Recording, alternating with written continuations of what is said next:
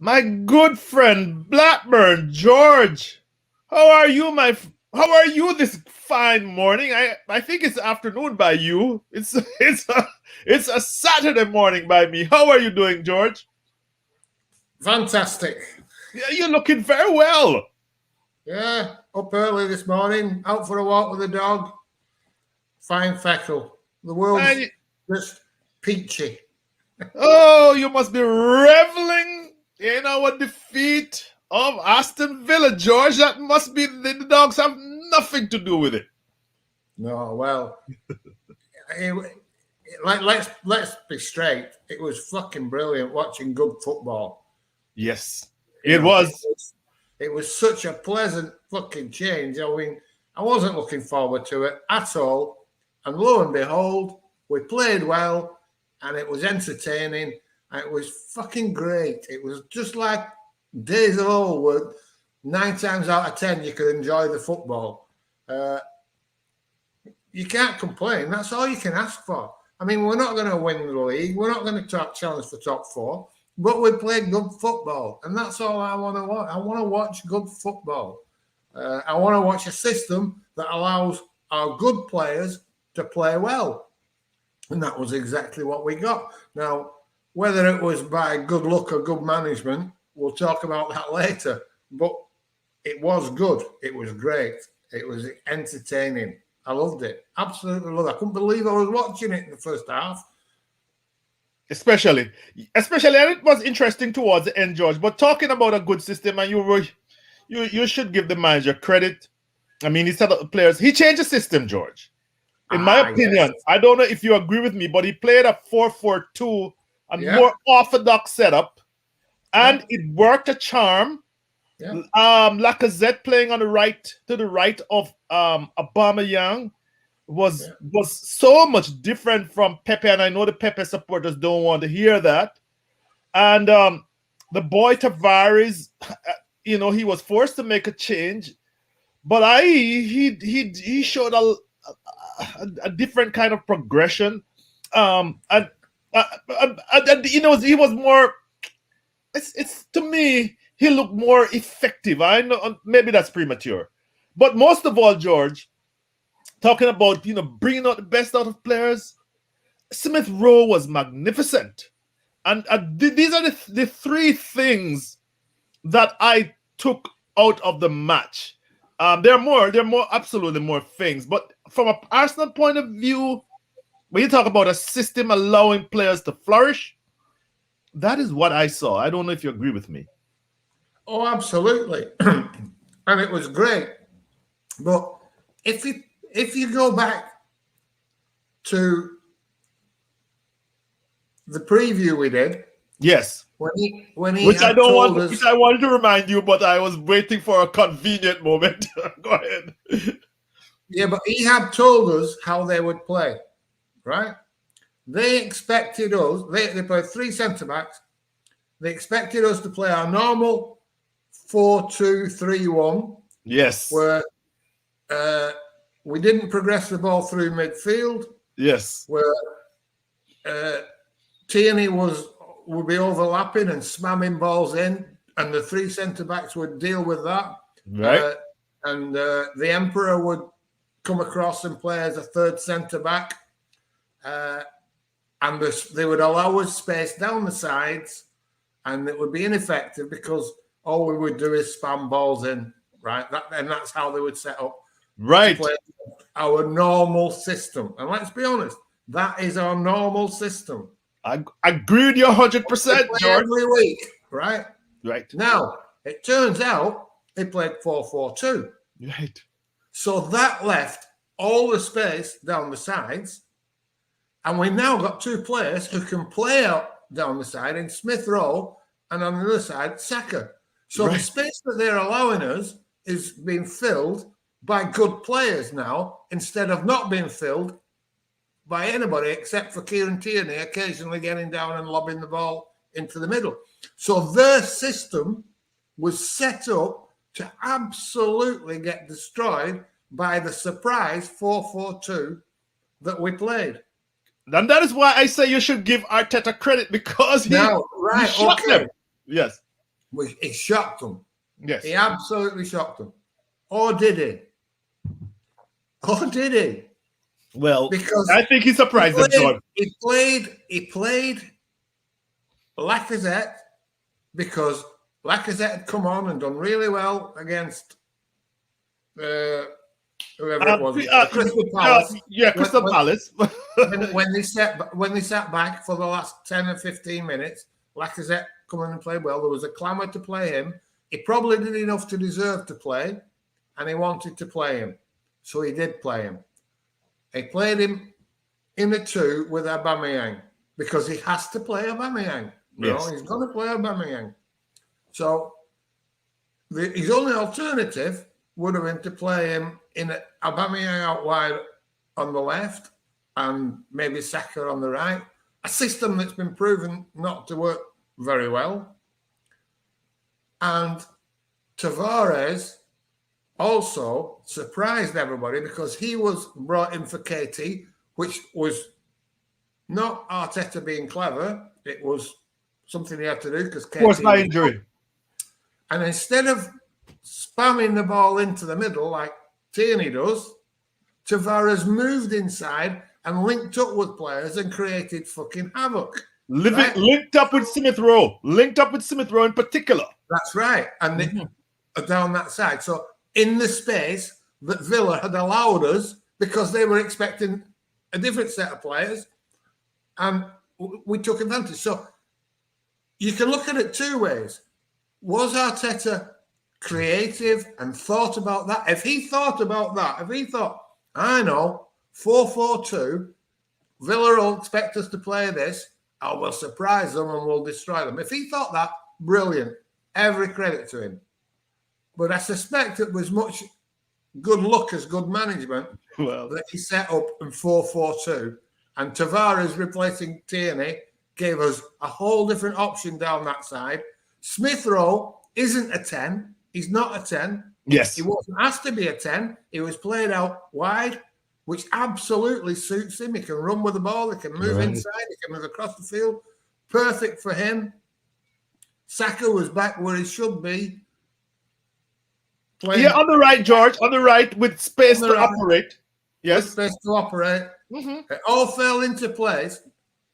Now, you can say it fell into place because Arteta's a genius, or it fell into place because he was forced, really, to make those changes. I mean, let's face it, 4-4-2 isn't an innovation. No, I was thinking about that, George. He's not come up with some wonder system. I was thinking about that myself. But it's worked, and it's worked well.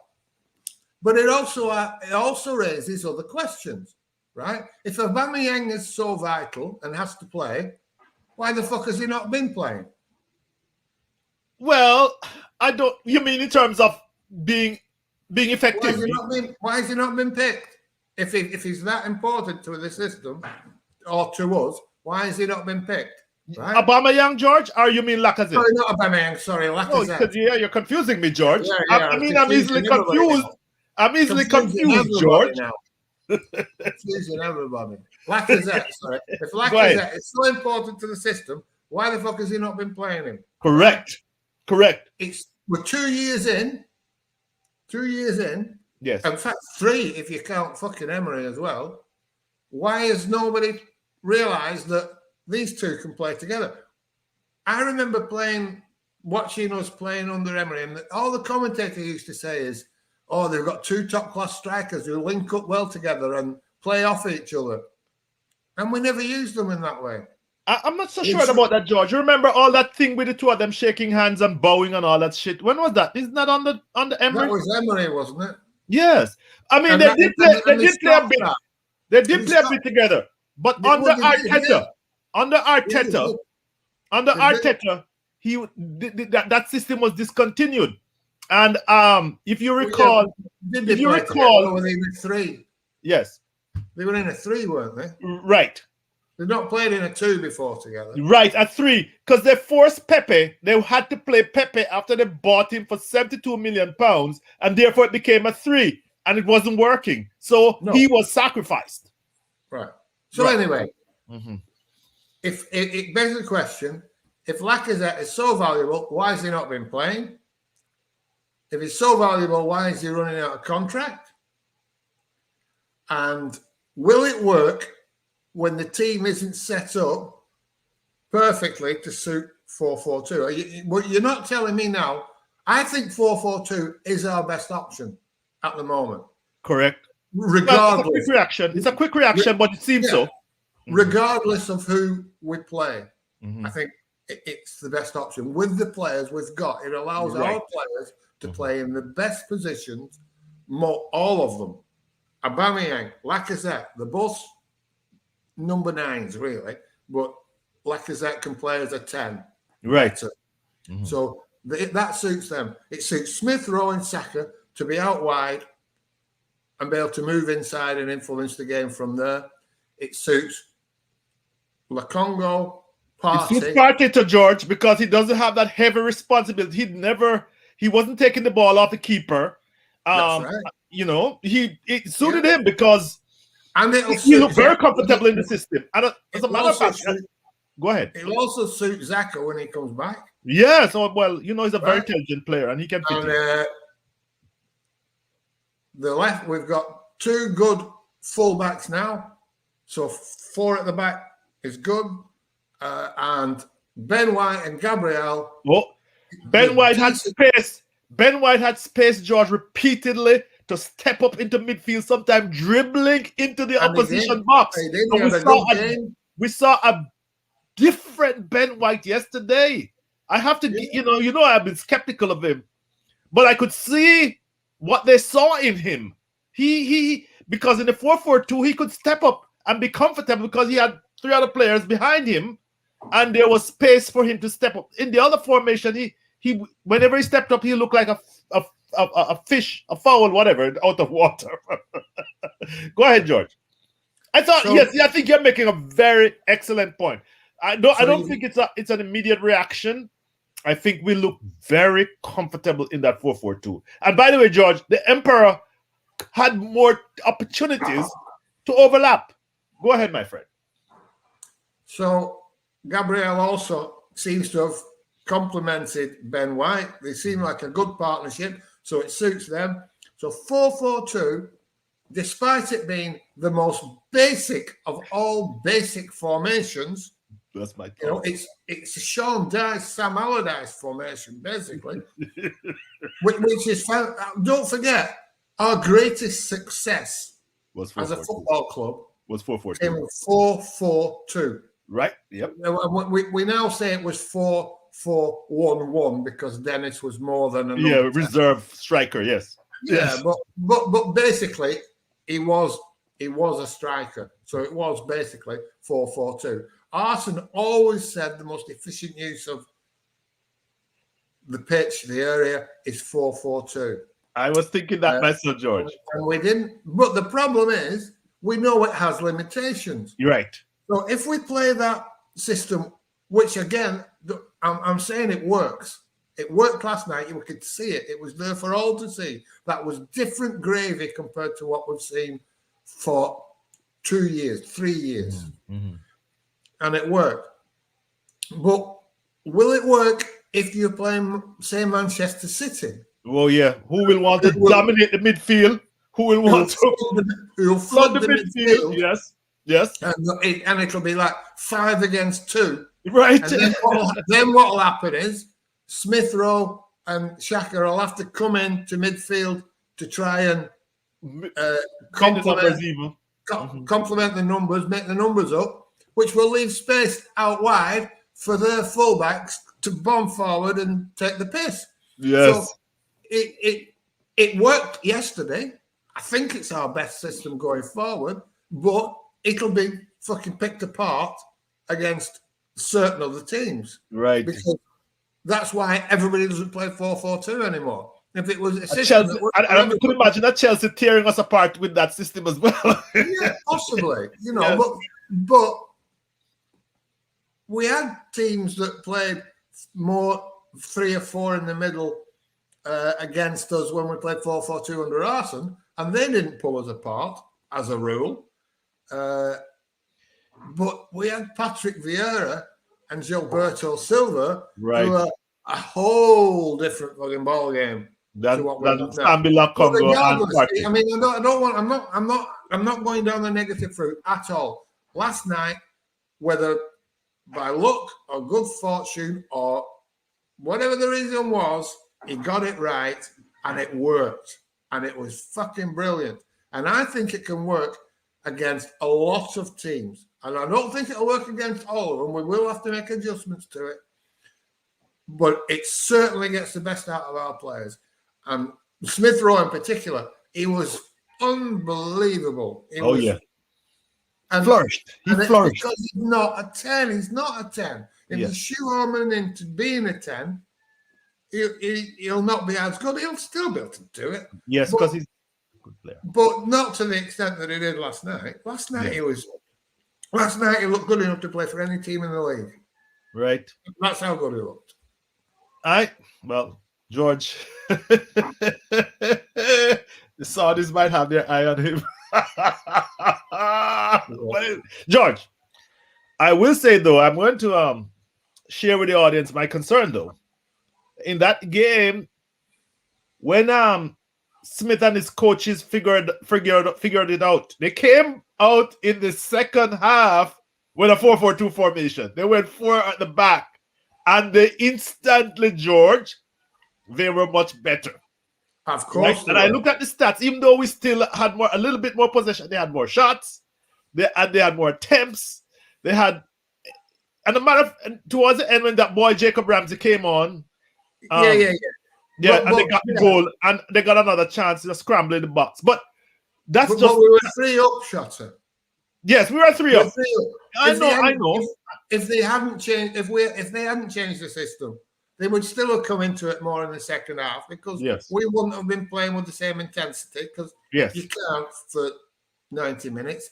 So I understand what you're saying, but it won't always be that easy because they shouldn't have. I mean, it took him 45 minutes to realise he had fucked up in a big way. Yes. You know, he had actually designed it, set up his team up to suit the system that we fielded. When he saw the team sheet, I bet he never imagined us lining up like that. Right. But I didn't either. I didn't either, by the way. When I saw the team sheet, I thought it would be the same thing, you know, but it wasn't. And he made the adjustments.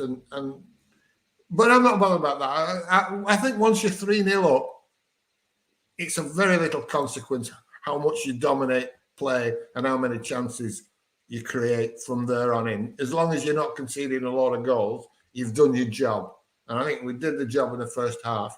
But I understand your concerns. Yes. Will it work again? If somebody sets up 4-4-2 against us or more in midfield to overcrowd us, see how it works. All I'm saying is it worked last night. It was brilliant. And it suited all of our players. There was no player last night that I looked at and thought they would be better off playing somewhere else. You're right. You know? Everything was a round peg in a round hole. And it was fucking brilliant to watch. Yeah. But it's been 2 years coming. And it's a one game. Let's hope it continues. But it won't be that easy now that people know we'll be setting up like that if the team sheet comes out similar to that. And then KT will come back.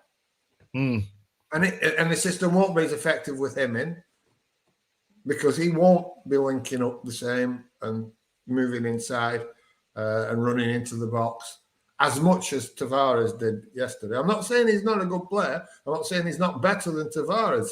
He probably is at the moment. But he just plays in a different way. And will we go back to the old setup? I don't know. We'll have to wait and see. All we can do is be happy that we've actually watched a good game of football and Arsenal have played well. And Arteta's got it right. However he's done it, he's got it right. You're an Englishman, but you know Napoleon said, give me a lucky general and all of those who... these generals who have been to officer school. Something else you have to mention. And as good as it was, and it was brilliant, loads of shots, chances, we got 3 lucky goals. I was gonna come to that, George. The Your first boy one. Thomas Partey was out jumping everybody in the box. That was very good to see, by the way. Hang on. Yes. You will out jump someone if they don't jump. John McGinn should be fined. John McGinn. Yes. Not only did he jump, he ducked down. he left Pot, and Partey got up to make a header, missed it, missed the header, it hit his shoulder, and tripped him in. Yeah. No, but George. It wasn't like he looked like a salmon and powered the ball into the net. No, George, you're not being fair. You're not being fair. Before that goal, he had another header that went wide, and after that, he out-jumped. McGinn did some turn. You remember when McGinn turned and left Mings exposed, and he nearly scored again. John McGinn's 5'6" or something. Partey's 5'4". I should Yes. think he would jump, especially if McGinn's not going to get up off his feet. But the point is, it went in off his shoulder, and so you've got to say that's a bit lucky. Yeah. We got a penalty. Now I'm not convinced, George. I'm not convinced. If that had been against us, if that went against us, I'd be mad as hell. I'd be furious. For me, if someone's kicking to clear the ball and the attacker's intention isn't to get the ball, it's to get his leg in front of the swinging leg that he knows is coming, that ain't a penalty, because he's not trying to play the ball. He's not trying to control the ball. He's trying to get himself kicked. And Taggart, that's his name. Taggart got a foot to the ball, George. I mean, that's what I was there watching, and I said that won't be a penalty. He got to touch the ball. Even if he hadn't got a foot to the ball, the point is he's trying to kick the ball. Like I said, I have no intentions of controlling the ball. He didn't put his foot in front of the ball to guard it. He put his foot across where the swinging leg was coming. So for me, that wasn't a penalty. Then Aubameyang missed the penalty. Yes, the boy saved, and Martinez saved. And it fell to him. Perfectly. It was a good finish. He bounced it in. But that's 2 bits of luck there for that goal. First of all, it wasn't really a penalty. And second of all, he scored it when it had been saved, which is a little bit fortunate to say the least. Yes. And the third goal, Smith Rowe, not away would that have been a goal if it hadn't deflected off Mings and went his extreme right into the corner. And pinged off the upright, George. It pinged off the upright. But he was going for the other side of the goal. Yes. Which Martinez had covered. Yes. So that was luck. So all 3 goals had a good chunk of fortune, and great because we're due some. Right? Yes, George. So let's be clear about it. On another day, none of them go in. That's why I tell you, George, it's better to have a luck in general. On another day, maybe some of the other opportunities do go in. Right. You look at the XG, and 3 goals it's not an unfair reflection. We deserve to score 3 goals. Okay. But I'm just saying, the manner in which we scored them, if we get that sort of run of good luck, we'll do all right. If you got that every week, you'd be doing fine, wouldn't you? Well, you know how football is, George. I mean, even against Palace, I mean, we had bad luck. And we've already said we had bad luck. They had good luck. I mean, some of those the lead up to some of those goals, they were for Palace, by the way, George. You could have said we were fouled. you know what I mean? I mean, also something else I want to mention. We had the ball in the back of the net early on, and it was ruled out. Yes, for a foul, and I don't think it was a foul. I don't think Lacazette was fouled the guy No, at all. no, not at all. The boy fell and made a meal of it. Whoever it was from Villa, and he was dragging. He fell because he dragged Lacazette down, right? And Lacazette fell onto him. So if anything, and then Aubameyang scored.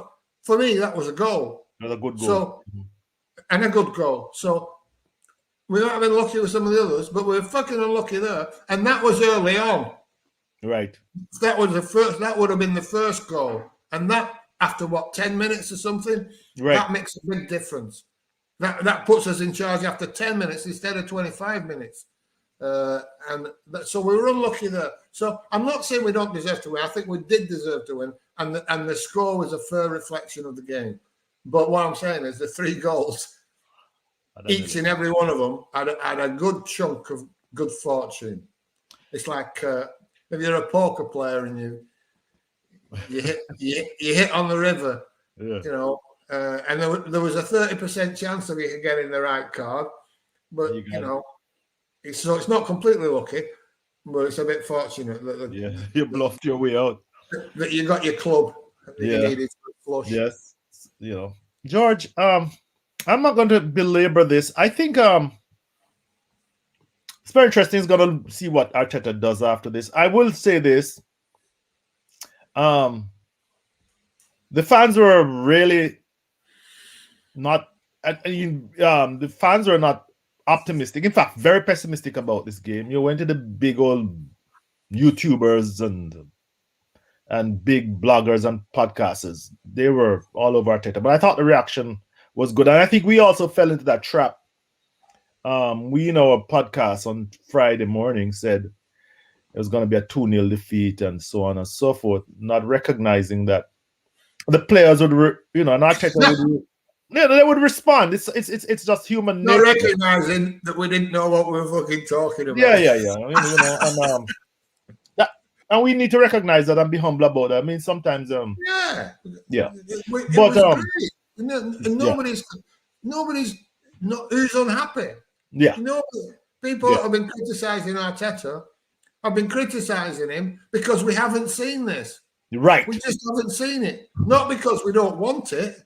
Not because we don't want him in as much as because he's Mikel Arteta. We don't want him because he's given us trash up to now. But if this was it now, I'd be quite happy with this. I wouldn't be calling for him to go. I still wouldn't like him because of some of the things he's done. But I'd be more than happy for him to be the manager if I was watching us play like that most weeks. Not even every week. No team. I mean, Arsene Wenger has had better teams than that, playing worse than that on the odd occasion. Yes. You know what I mean? And he's also had worse teams playing better. But that's the way football works. Every dog has its day. Sometimes you watch a team and you're thinking, how the hell are these in a relegation fight? Yes. They're bloody brilliant. And then you watch Chelsea against, was it Brentford? Mm-hmm. Oh, yeah. You watch Chelsea against Brentford and you think, how the hell are they at the top of the league? They're being dominated here by Brentford. Yeah. So it's not well.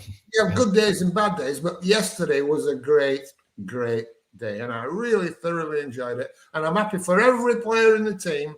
I'm happy for Arteta, and I'm happy for all the people that have backed Arteta and think that this 45 minutes vindicates them and that they were right. Let them enjoy it. Let them have the moment in the sun. George, on a final note, I hope it's final. We say final, but that's the concern I have. Just be a note to the wise. I will enjoy it, but we saw this Eamon Emery 21 game, very good game here, very good game there, and then we resorted to the mean, and that was your point on Friday. I hope it will go upward and onwards. That's my hope. What about you? Everybody's hope. Yes. It should be everybody's hope. There should be nobody so set against Arteta that they're not prepared to change their mind. Exactly. Do you understand what I'm saying? Yes. I'm against him. I've been critical of him. I don't think he'll succeed. I don't think he'll take us where we want to go. However, I'm open to be convinced otherwise and be accepted of him if he proves me wrong. Correct. And I want him to succeed. I because don't the want club to watch succeeds. crap football every week. I want him to get us playing well. Yesterday, he got us playing well. Good for him, good for the lads, good for us. We all enjoyed it. We're all happy. The only people who are unhappy are those that, for some weird reason, want to see him fail no matter what now. Correct. That's strange. That's odd.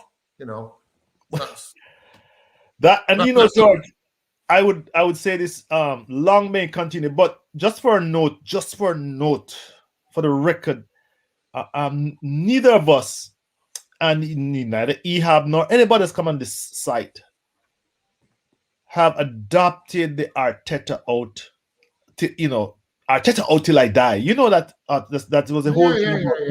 That whole thing. I haven't said Arteta out at any point, really. Oh, well, I might have done him. I've said that we need a new manager. Yeah, we but do. I think it. We put it this way, George. Let the facts determine. Let events determine Arteta's fate. I thought that when he took us to game 50-15 last year that he would have been gone, not realizing how committed the Cronkies were to him. And I decided to withhold this kind of judgment, So I just wanted that for the record. But let it continue. You've got to say, despite what we think, all the facts, all the bad games, all the getting beat by teams that haven't beaten us for 20 years, you cannot rule out the possibility that other people are right. And that when he's got his own team, when he's got them playing well together, when they understand each other, when they grow up a little bit and mature, we'll have a great team. You can't rule that out completely. You can say you think it's unlikely, but if you categorically say that won't happen, then you're a fucking idiot, because it could happen. It's a possibility. The only question is, how big a possibility is it? Because it is a possibility. We could be great. He could be a really good manager. All these players could mature and be world class. They all could happen. The only question is, what possibility is it? How much of a possibility is it? Is it a big possibility? A lot of people expect it to happen. I think it's a very small possibility. I don't expect it to happen, but it's definitely a possibility. Thank you, George. That it will be a subject for another day, the possibilities, but that's speculating in the future. George, this is good. I enjoyed it. I enjoyed my talk with you. I hope people enjoy this review of the game. Thank you, George. Thank you. See you, everybody. Bye. Bye.